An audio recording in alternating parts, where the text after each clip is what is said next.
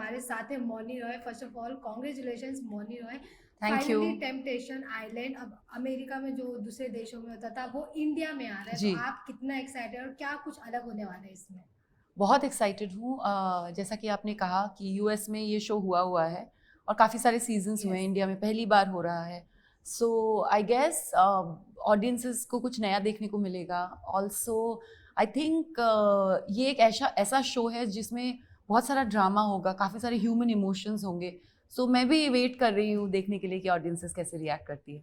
तो इसमें आपका क्या रोल रहेगा, क्योंकि आप इसके पहले बहुत सारे रियलिटी शोज भी कर चुके हैं जी, जिसमें आप जज रहे थे, आप ओटीटी प्लेटफॉर्म पे आप अपना मतलब आ चुके हो, जी, ब्रह्मास्त्र जैसी मूवी कर चुके हो, थैंक टेलीविजन यू, की तो आप क्वीन है ही। और थैंक अभी यू। तक आपको लोग मिस करते हैं, तो इसमें आपका क्या कुछ अलग रोल रहने वाला है? इसमें जैसा कि आपने कहा कि मैं लव के लिए एडवाइस देने वाली हूँ। Yes. जी, और आई गेस एक जैसे रिलेशनशिप्स है और कभी दो रिलेशनशिप सेम नहीं होते, तो सबकी अलग अलग इश्यूज है, अलग अलग प्रॉब्लम्स है, अलग अलग नीड्स हैं। तो I guess as I come in that point where if they require an advice I give it to them. फिर वो उनके ऊपर है कि वो उस एडवाइस को ले या नहीं। लेकिन जैसे आपने कहा कि दोनों अलग अलग लोग रहते हैं, सब, पार्टनर्स जो हाँ रहते जी। हैं, दोनों के माइंड में क्या कुछ चल रहा है हमें भी नहीं पता रहता जी, है। तो ऐसे लोगों को एडवाइस देना कितना कुछ अलग रहता है, क्या कुछ डिफिकल्ट चैलेंजिंग होता रहता है, है? हमेशा डिफिकल्ट होता है, but I guess human beings तो ह्यूमन बींग्स होते हैं ना, उनके हमारे इमोशंस सेम होते थोड़े हैं। बहुत सेम ही होते सेम हैं। होते हैं। किस तरह से वो रिएक्ट करे किसी सिचुएशन में, वो भी बहुत सिमिलर होता है, बस अलग अलग लोग होते हैं। वो समझना पड़ता है कि आप कैसे हो और मैं किस तरह से कौन सी बात बोलूँगी तो आपकी समझ में आएगा, या मैं बहुत क्लियर थी पहले से कि मैं किसी को हर्ट नहीं कर सकती और मैं कुछ ऐसा नहीं बोलूँगी कभी कि किसी को भी बुरा लगे।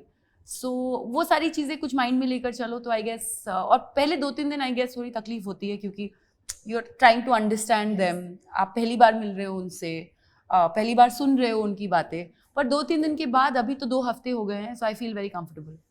लेकिन ऐसा लगता है कि बोलने से पहले सोचती हूँ, नहीं तो कुछ हर्ट हो गया, अगर लड़की हर्ट हो गई या फिर कोई नहीं, इसलिए बॉय। वैसा कुछ सोचती ही नहीं हूँ कि जो जिससे कोई हर्ट हो।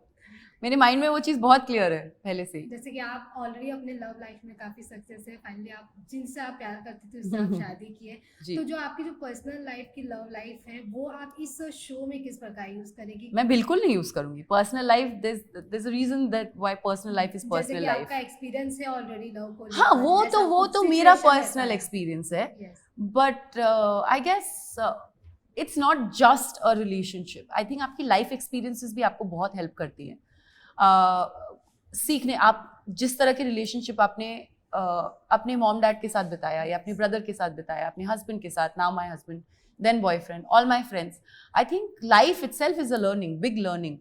So and I think you have to, every time that you learn something, you learn a lesson, you have to keep it in your mind, you have to remember it, you should not forget about all the lessons that life teaches you. And ऐसे time पे, ऐसे मौक़ों पे काफ़ी use हो जाता है, फिर काम आता है। तो अब तक 2 वीक ऑलरेडी हो चुके जी, हैं, तो जो भी कंटेस्टेंट आपसे मिले तो जी। उनका कैसा एक्सपीरियंस रहा, आपको कैसा एक्सपीरियंस आई मिला, अलग थिंक अलग लव मेरा स्टोरी आपको एक्सपीरियंस पता बहुत चली? अच्छा है क्योंकि वो लोग मुझे बहुत स्वीट लगते हैं। आई यस। थिंक उनका एक्सपीरियंस एक तो आपको उनसे पूछना पड़ेगा, और सेकेंडली आई थिंक वो लोग अभी इस सोशल एक्सपेरिमेंट में बहुत इन्वॉल्व हैं to even think about anything else. So वो समझ रहे हैं अपने आप को, कहीं ना कहीं अपनी रिलेशनशिप्स को। वो कुछ क्वेश्चंस लेके आए हैं जिनके आंसर्स उनको मिल रहे हैं धीरे धीरे, आई गेस। तो आपको क्या लगा कि मतलब अभी 2 वीक में क्या कुछ प्रॉब्लम्स हो रही है आज के रिलेशनशिप्स में? वो तो मैं बता नहीं सकती ना, फिर मैं शो ही बता दूंगी आपको। यस, आपको यस। देखना पड़ेगा उसके लिए। तो जैसे कि आप बोले सब लोग सोशल एक्सपीरियंस से जुड़े हुए हैं, और आजकल ऐसा हो रहा है ना, लोग सोशली तो ज़्यादा प्यार व्यार करते लेकिन जो पर्सनल लाइफ रहता है वो नहीं मैनेज कर पाते कहीं ना कहीं, तो उसमें आपकी क्या राय? आई थिंक सबकी अलग अलग है, you can't generalise yes. Anything कि सबके ऐसे हो रहा है। आई थिंक पुराने टाइम से ही, अभी आपको इन चीज़ों के बारे में इतना पता इसलिए चल जाता है क्योंकि सोशल मीडिया है। यस। पहले किसी को कुछ पता ही नहीं चलता था, तो उस वक्त भी ऐसी रिलेशनशिप्स थी जो बस निभा रहे थे लोग, क्योंकि यस। शादी हो गई है या साथ में रहना है या बॉयफ्रेंड गर्लफ्रेंड है, टेढ़ा है पर मेरा है concept type of thing. And there have been very successful relationships, yes. जैसे मैंने अपने दोस्तों में देखा है, कुछ रिलेटिव्स में देखा है, मेरे मॉम डैड की रिलेशनशिप बहुत सक्सेसफुल रही है। So it depends, to each their own. Like I said, no two relationships are the same. जैसे कि आप और जो सूरज है वो तो लव बर्ड्स है, और आप मतलब आप जो कपल से लोग बहुत पसंद करते हैं Thank आप you. दोनों को, लेकिन जब आपके बीच में ऐसा कुछ आन्या तानी होता है तो हम्म। वो कौन सबसे ज्यादा मैनेज करता है? दोनों। आई थिंक आई मीन आप चाहे शादी हुई हो या नहीं हुई हो, आर्ग्यूमेंट्स तो सबके बीच में होती है, Yes. दो दोस्तों के बीच में भी होती है। मैंने एक चीज सीख ली अभी कि उसको खींचना नहीं है, जो प्रॉब्लम है बात करके खत्म करो। I think communication is the key.